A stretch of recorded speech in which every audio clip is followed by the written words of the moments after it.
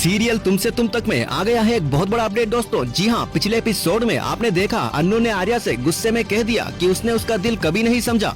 Arya guilty feel करते हुए चुप रहा और दूसरी तरफ मीरा ने जिंदे के साथ मिलकर एक नया प्लान बनाया अन्नू और आर्या के बीच में दूरियां बढ़ाने का।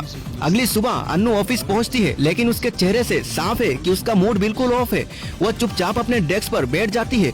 ऑफिस स्टाफ उसके पास आकर कहते हैं, अन्नू जी दिल छोटा मत कीजिए, शादी टूट गई तो क्या हुआ, ये जिंदगी का एंड नहीं है। आप बस अपने करियर पे फोकस कीजिए, आप आगे जा सकती हो।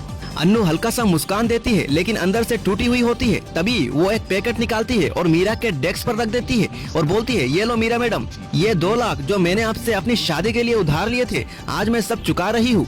मीरा का चेहरा एक पल के लिए उतर जाता है, लेकिन तुरंत मुस्कान लाती है। बहुत अच्छा किया अन्नू, अब तुम बिल्कुल फ्री हो। उसी वक्त आर्यवर्धन आता है। वो अन्नू को देखता है और सॉफ्ट टोन में कहता है, गुड मॉर्निंग अन्नू। अन्नू उसकी तरफ देखती भी नहीं, बस अपनी फाइल में घुस जाती है।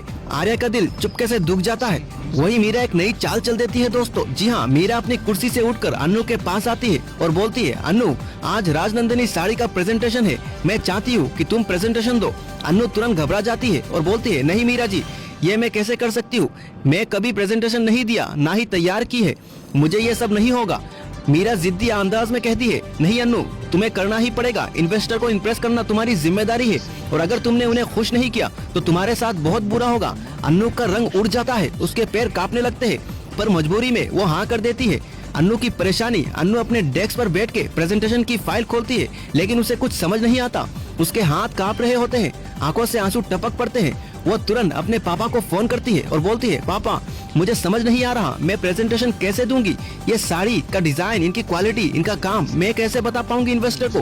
गोपाल प्यार भरी आवाज में कहता है, अन्नू डरो मत, तुम मेरी बेटी हो, साड़ी हमारा काम है और इस काम के बारे में तुमसे अच्छा और कौन जान सकता है। तुम बस दिल से बोलो, इन्वेस्टर तुम्हारी सच्चाई पे खुद भरोसा करेंगे। अन्नू थोड़ा संभलती है, लेकिन अब भी परेशान है। वो सोचती है, काश आर्या सर मेरी मदद कर पाते, पर अब तो उनसे बात भी नहीं कर सकती, मुझे अकेले ही ये लड़ाई लड़नी होगी। कैमरा अन्नू के बेचैन चेहरे पर जूम करता है, उनके आंसू गिर रहे होते हैं और बैकग्राउंड में सस्पेंशियल म्यूजिक बजता है। तो दोस्तों, क्या अन्नू इन्वेस्टर के सामने अपना पहला प्रेजेंटेशन संभाल पाएगी?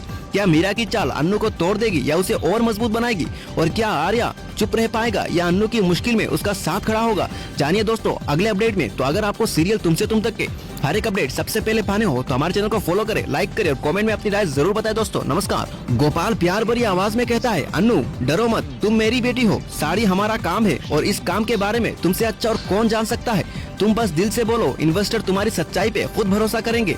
अन्नू थोड़ा संभलती है, लेकिन अब भी परेशान है। वो सोचती है, काश आर्या सर मेरी मदद कर पाते, पर अब तो उनसे बात भी नहीं कर सकती, मुझे अकेले ही ये लड़ाई लड़नी होगी। कैमरा अन्नू के बेचैन चेहरे पर जूम करता है, उनके आंसू गिर रहे होते हैं और बैकग्राउंड में सस्पेंशियल म्यूजिक बजता है। तो दोस्तों, क्या अन्नू इन्वेस्टर के सामने अपना पहला प्रेजेंटेशन संभाल पाएगी? क्या मीरा की चाल अन्नू को तोड़ देगी या उसे और मजबूत बनाएगी? और क्या आर्या चुप रह पाएगा या अन्नू की मुश्किल में उसका साथ खड़ा होगा? जानिए दोस्तों अगले अपडेट में। तो अगर आपको सीरियल तुमसे तुम तक के हर एक अपडेट सबसे पहले पाने हो तो हमारे चैनल को फॉलो करें, लाइक करें और कमेंट में अपनी राय जरूर बताएं दोस्तों। नमस्कार।